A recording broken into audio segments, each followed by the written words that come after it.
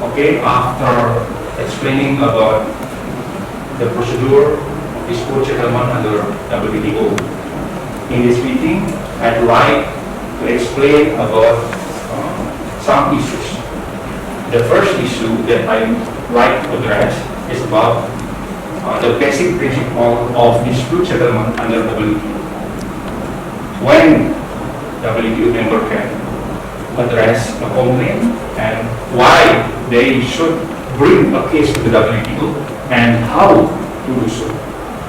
Hopefully, after explaining those information, you will have better understanding, better knowledge about the dispute settlement under WTO.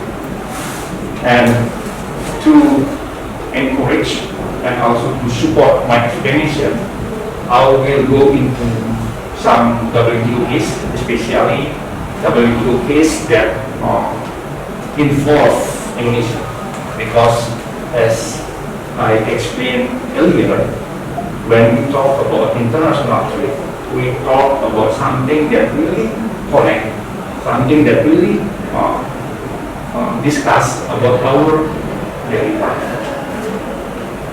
When Indonesia impose measure in trade, like impose ban on crude oil, impose ban on, like let's say, like sugar, it will affect not just people in Indonesia but also people in the world.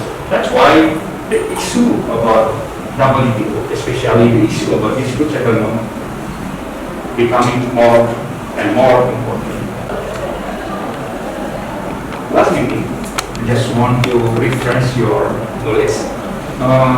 Last meeting I have discussed about the importance of dispute settlement in international trade, and I can say that the dispute settlement under WTO is one of the best dispute settlement under international relations because they have independent character. You can see from this flow chart that okay, it's not like United Nations, it's not like IMF, International Monetary Fund, WTO, or the dispute settlement understanding mechanism under WTO stands in very independent rule, very independent function. No one can interfere, no one can intervene the independence of WTO. So the impact of this character, this nature, make the dispute settlement process fair and just. So, of course, we have to make sure that any violation in international trade must be enforced in just and fair. You can imagine if some particular countries have privilege, have differential treatment. This happens in other aspects of international law. Like happen now in United Nations, because in United Nations we know some countries have like a veto right. They can annul, they can cancel any decision from, let's say, General Assembly in the United Nations. But in the context of WTO, they try to make equal, to make fair, to make non-discrimination in international trade governance. No countries has been under some particular priority. Every country is equal. That's why when we run about WTO case, some developed countries like US, like UK, like Australia, have experienced get lost, not just from developing countries, but also from least developed countries. It proves that the dispute settlement under WTO so far better than any dispute settlement under other international organizations. Okay, so the basic principle, I just want to answer three basic questions. When, why, and how.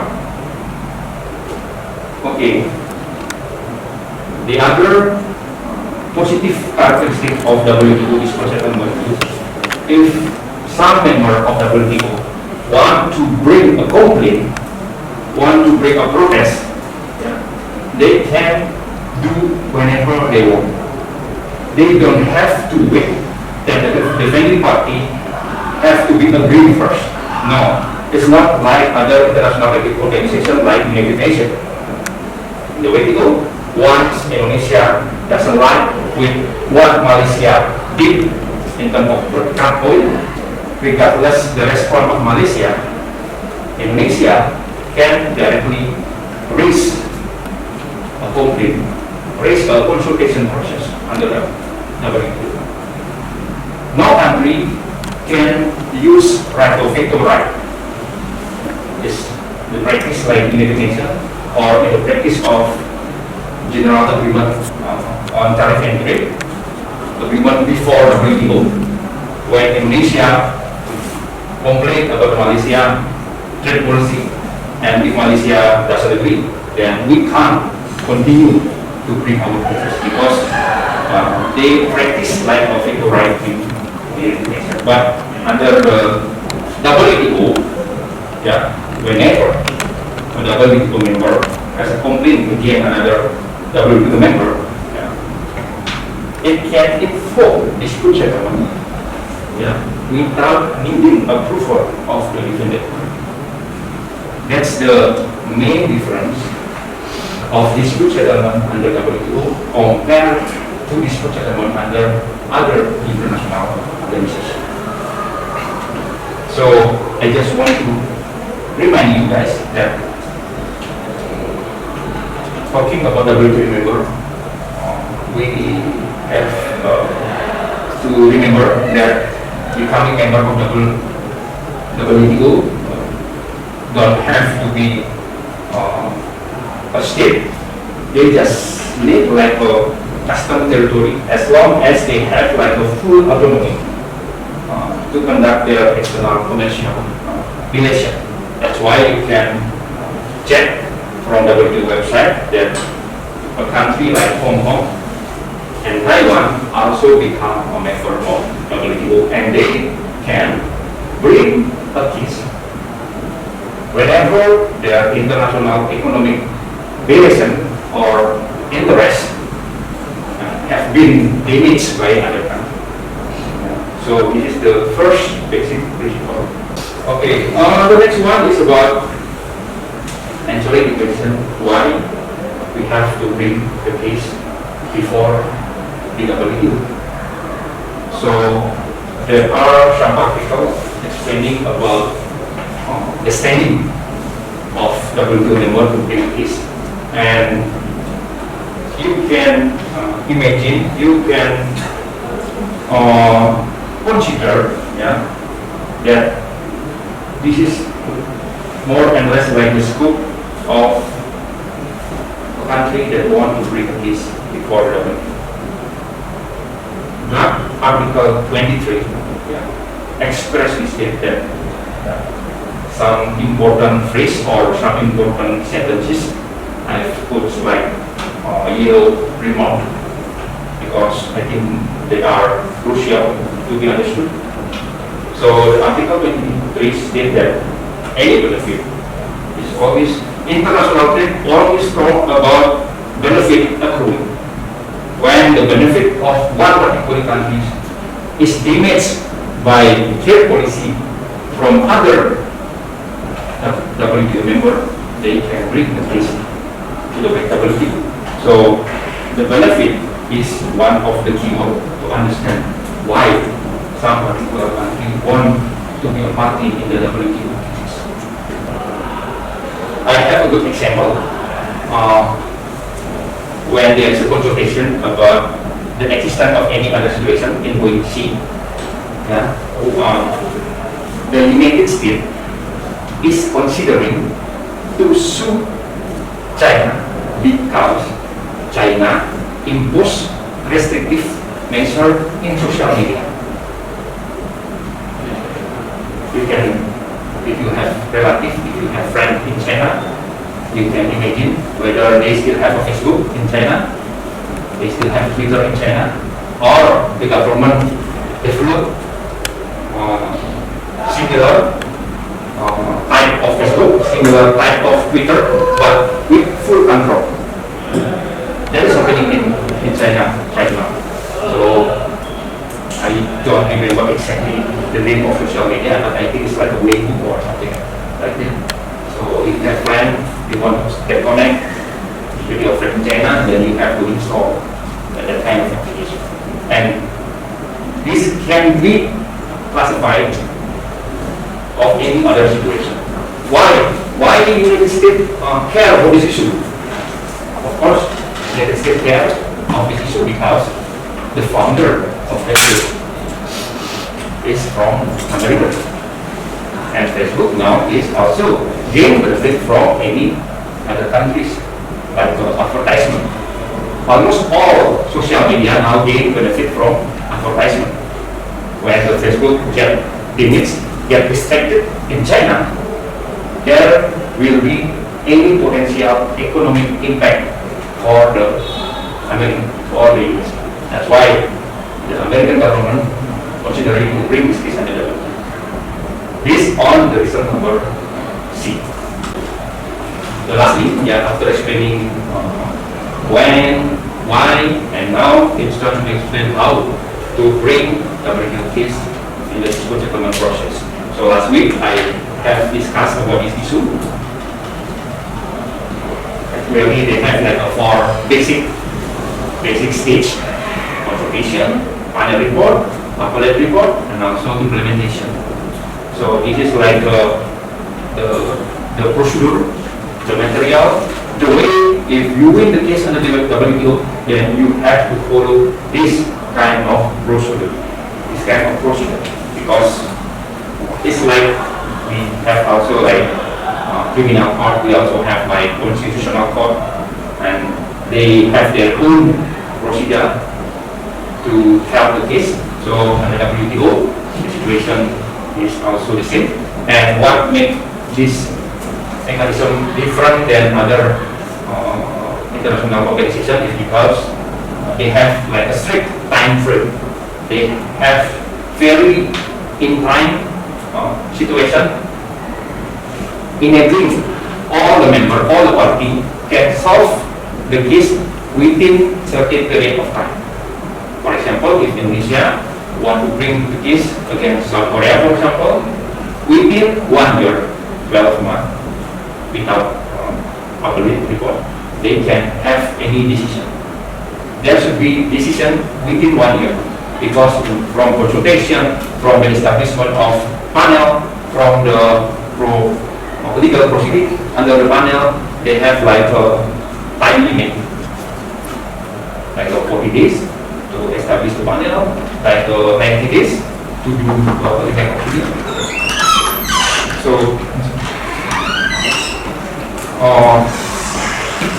this kind of procedure can make legal certainty, because if you just follow from consultation until the panel report, panel decision, it will take around 1 year.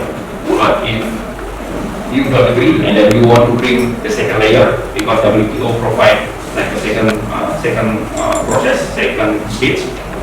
The first stage is the first like panel report, and the second one is appealing process or appellate report. If you don't agree, then you can list your disagreement, and there will be another proceeding.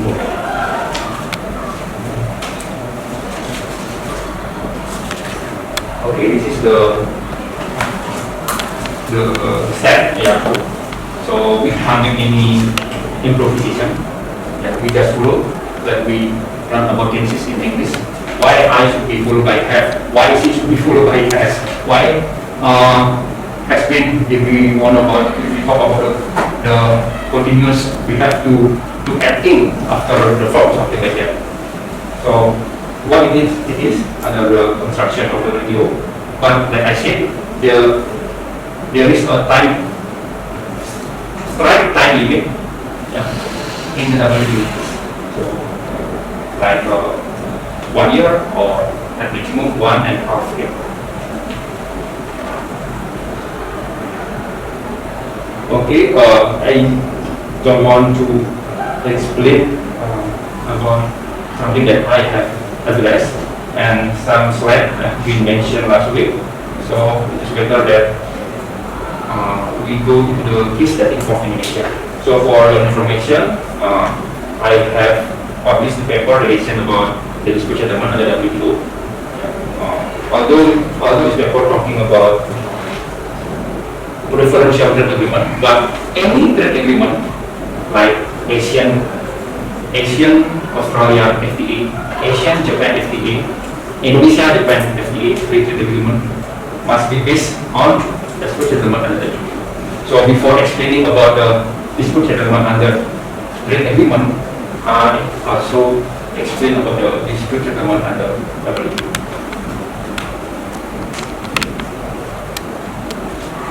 And now we have to discuss in more detail about the case that is being discussed in the WTO. This case is real case and it's being discussed maybe in a consultation process under the WTO. But fortunately, I have published a paper of relation about the issue about the export ban in Nicaragua. So, just a brief background why this is interesting, because this case also will talk about electric car. So, one of the most common situation in the future is about electric car. We know some car producer, both from US, Korea, or Japan, are developing mass electric car, and this is like a change of their life. Because yes, we for almost 100 years always talk about car with petrol, with fuel, but there is a trend that in the next 5 years, all petrol car could be demolished, could be gone because of is the requirement. What is the basic material for making battery for electric car? That's nickel. That's nickel. So Indonesia now is being sued because Indonesia doesn't want to export just nickel as a raw material. Indonesia want to, okay, I don't want to sell nickel in the very basic one. I just want to make nickel into a battery, and the battery in the Indonesian manufacturing can be sold across the world. To do so, we have to stop, or at least we have to limit the exportation of our nickel. Foreign company want to develop nickel in Indonesia, they have to come here, bring all of your stuff in Indonesia. You have to make any smelter in Indonesia, create production mostly in Indonesia, and then the material itself should be for Indonesian consumers. So after the nickel has been produced with, let's say, about more advanced situation, more advanced form like battery, then Indonesia can export automobile. So this is quite sensible,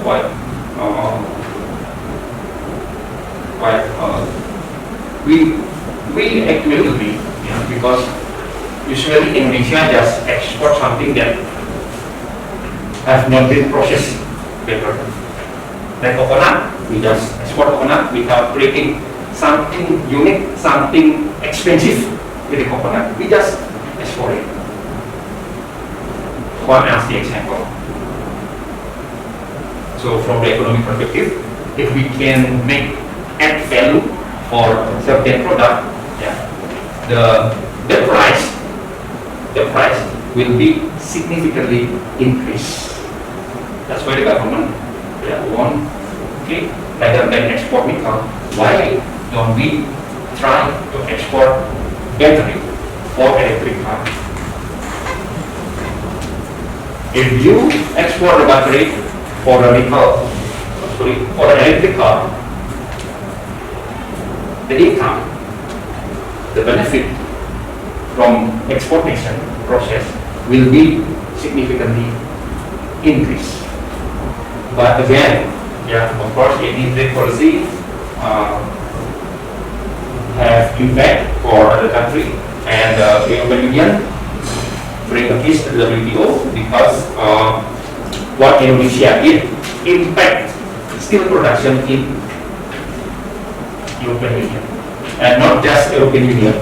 The United States also joined this process because, again, the United States consider the benefit in relation to the electrical process have been damaged, have been disturbed by Indonesian policy. So Indonesia now is fighting with two superpower in international trade. So you can imagine in WTO, Indonesia now facing United States and European Union. Why they do that? Because of course they now preparing to develop mass electric car. Because the raw material is not what I should say is not ready yet, and also the number is decreased for the raw material because of this restriction, or this is not just restriction, this is a ban, export ban, it's not export restriction. So because of Indonesian policy, then the electric car process in the United States and European Union have been disturbed, have been damaged. So we need to remember why the United States doing this process, because there is a statement benefit accruing directly or indirectly. In this case, the direct situation involves the European Union, but in the direct process it involves United States.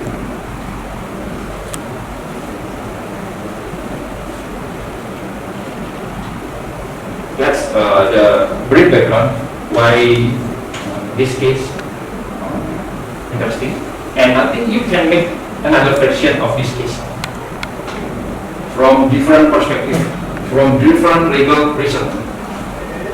If you can do that, then I can guarantee that you will have more resources to do that, because all the material available just in one website, that is WTO website. So you can counter my argument by saying that Indonesia, for example, Indonesia will win because some reason. Okay, I think reading, understanding what WTO law said is almost the same with the national law. When we talk about export restriction, we have to refer to Article 11 in 1994. So it is the rule said, like when you investigate, like in the criminal procedure, maybe you ever watch like a history channel or Law and Order in Netflix, and then you see like a planned murder or simultaneous or spontaneous murder. There should be any qualification about that. There should be any difference, simultaneous, spontaneous, or planned murder. And in this context of WTO, pretty the same. When you talk about, because this issue about the export ban of Indonesia, and export ban is referred to export restriction. And what I have explained in yellow mark is the key issues. Okay, the WTO said that. Okay, this is the rule in Article 11 Point 1, no prohibition or restriction other than taxes or other charges, whether made effective through tax, import, or expropriation or other measure. So, simply speaking, the WTO allow WTO member to impose restriction as long as they fall in the taxes or other charges. Like national law, if general provision usually have like an exception. If you want to pass the exception, if you want your measure, your policy qualified as an exception, there should be any situation, there should be any requirement. Like in national law, we talk about overmark. Do you still remember overmark? Overmark can make some murder can be free because the overmark situation. But to classify overmark, you have to satisfy some requirement. So, in this context, in the export restriction, there are some requirements WTO member can impose export restriction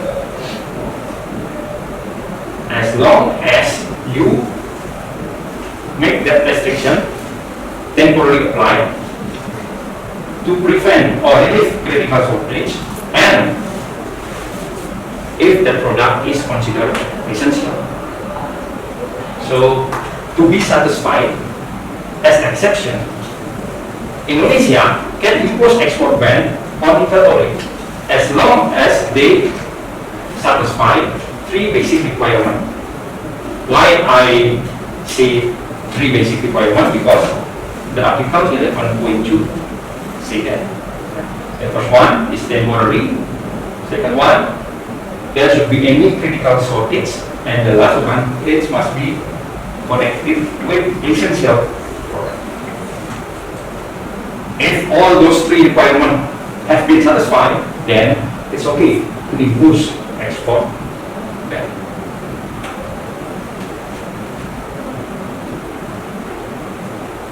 So, I just want to say that under WTO, they have like judicial decision. It's like when we solve legal problem in the common law, we refer, instead of regulation or law, we refer to previous judge decision as a reflection of the binding force of precedent. And the WTO try to combine approach, common and civil law. They refer to WTO rule, but also refer to some judicial decision. This is not mandatory or obligatory, but this can be, say, like persuasive. So, because WTO was established in 1994, so there are a bunch of cases discussed about export restriction, and we can refer also.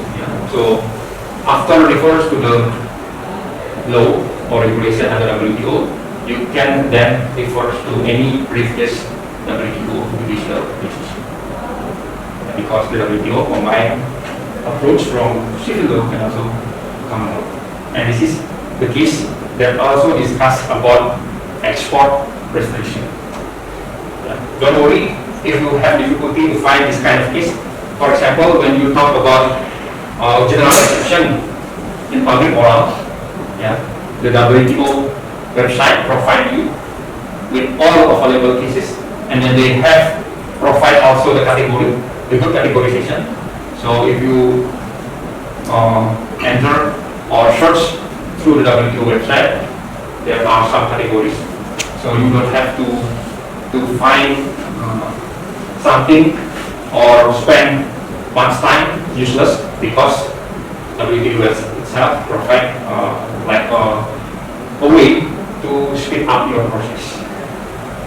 If you talk about, for example, subsidy, there is a WTO judicial division that discuss about subsidy, or you want to discuss or you want to solve the case about anti-dumping. There is a anti-dumping section, and that consists also the case, the previous case that discussed about anti-dumping.